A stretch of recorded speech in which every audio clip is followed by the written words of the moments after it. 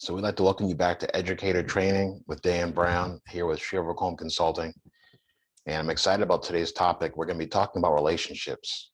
We're going to be talking about building relationships, cultivating those relationships that you have in the industry.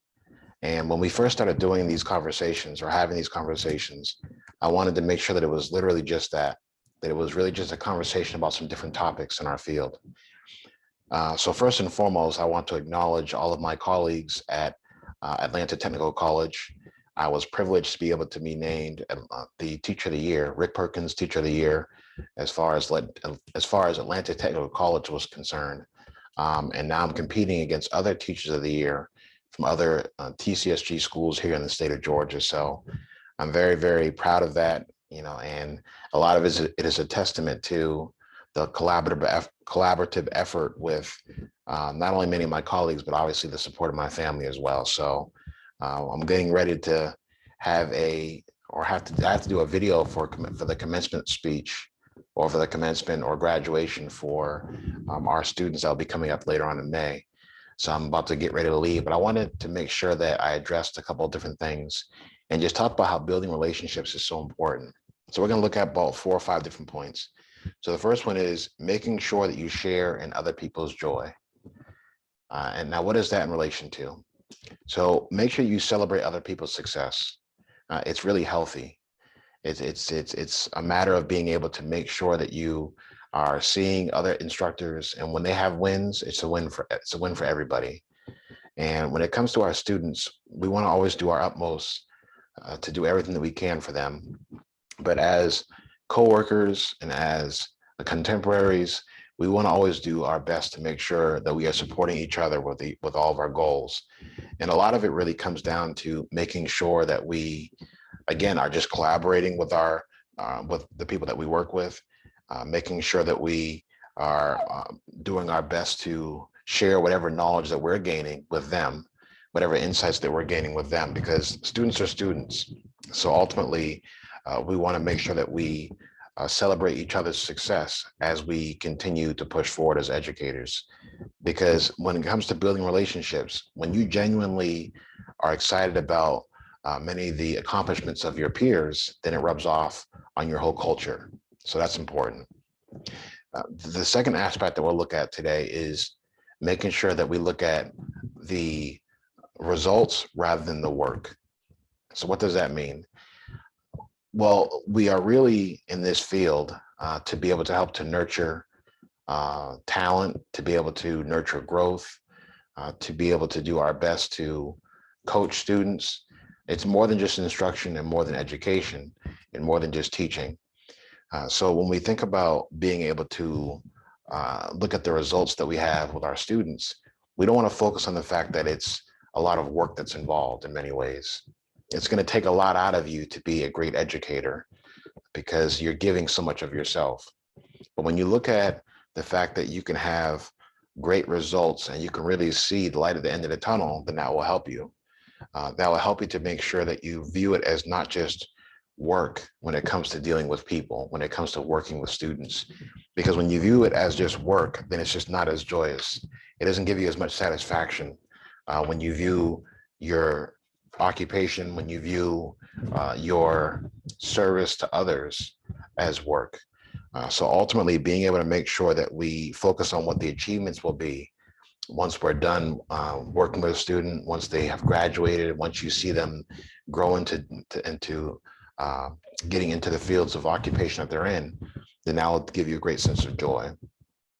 Our third point, we want to make sure that we share knowledge. Now, we kind of touched on this already a little bit earlier on, but the master educator will make sure that he shares his knowledge, that he shares his materials, that he shares his equipment, he shares everything that he has that he knows that has been successful to him.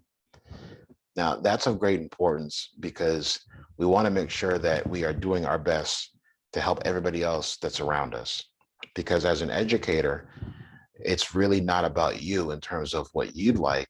You have to be able to make sure that you are giving of yourself to your students and also to your colleagues. Because again, we're talking about building relationships. So when you're building relationships with other educators and people in the industry, by showing that you are collaborative and that you're not hoarding information and you're not trying to keep it all to yourself because you think that you'll lose something, or that you'll lose control, or that you'll uh, you know be helping other people almost too much to where they're now competition to you. It's just really just a selfish way of thinking. So we want to avoid that. Another one, I really like this point. We want to be adaptive to change. So when we're introducing new ideas and new concepts, it's important for us to be aware that even though there may be some roadblocks to what we're going over, or whatever those changes are, whether it's in the classroom or in the lab or wherever you are, ultimately, we want to be able to adapt and pivot to whatever changes are being made. We live in a society where most students will want to just Google the answers for things. So we have to really be on our toes as educators to make sure that we are moving along with the changes in the industry that we're in, making sure that we are not stuck in the past.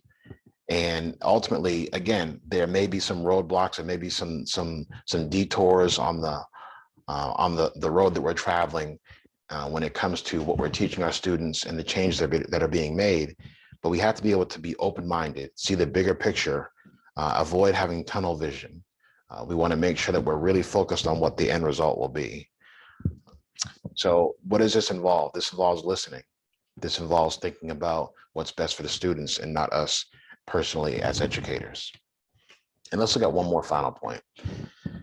The final point is to build your network.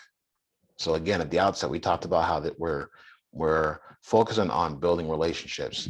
So what can a network do? A network can help you to find answers to questions that you just simply don't know yourself. There's a popular phrase that says, you don't know what you don't know. So what I've had to learn personally is to go to the professionals that or go to those of my colleagues or people that I can collaborate with that can do certain things or handle certain tasks at a high level. Leverage those relationships to be able to help my brand, to be able to help me in my classroom, to be able to help me with my students, because I don't know everything. Perfect example. We just did a photo shoot with Tyler Jefferson with Jefferson Productions.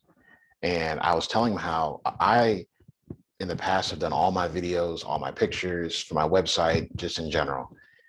And part of it was honestly not really having the capital to be able to invest into those things. But another part of it was I felt like I felt as though I would be able to cut down my costs, and I would be able to do so much more just across the board by just handling things myself.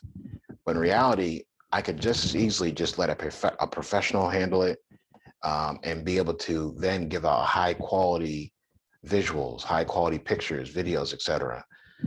So I had to learn to use my network. I had to start making phone calls. I had to start to leverage those relationships that I have in the industry to be able to outsource certain things that even though I could do them myself, it would be better off if I let somebody who was 100% devoted to that project do it themselves. So again, the network is very important. Building a powerful network can really help you to overcome any obstacle that you'll face, because there will be some strengths that you have, but you'll be able to minimize the weaknesses that you have when you're able to utilize your network and not use people, but really be able to cultivate relationships. And that's what we're talking about, building relationships and leveraging those relationships so that it's a win-win on both sides. So those were just a few points. We touched on the network. We touched on making sure that we are not pushing back on change and being adapted to change, making sure that we share our information with others, share all the quality materials that we have with others. Also to talking about how we want to view what we do as coaching. We want to view or really talk about what the results will be rather than just referring on the work that it takes to be able to achieve our goal with students. And we also talked about sharing joy with others. When others shine, then we shine. And we want to make sure that we celebrate everybody's wins in our industry as educators. Because again, our topic that we're specifically referring to is building strong educator relationships. So that's our point for this week. My allergies are starting to get to me a bit. That's why I keep on touching my nose, my my eyes a little bit. But we look forward to our next discussion, and we're just going to keep this thing rolling. So again, Dan Brown with Shield Home Consulting. We'll see you on the next one. This can be a little bit of an outtake because now I have to go down and look at where the stop button is.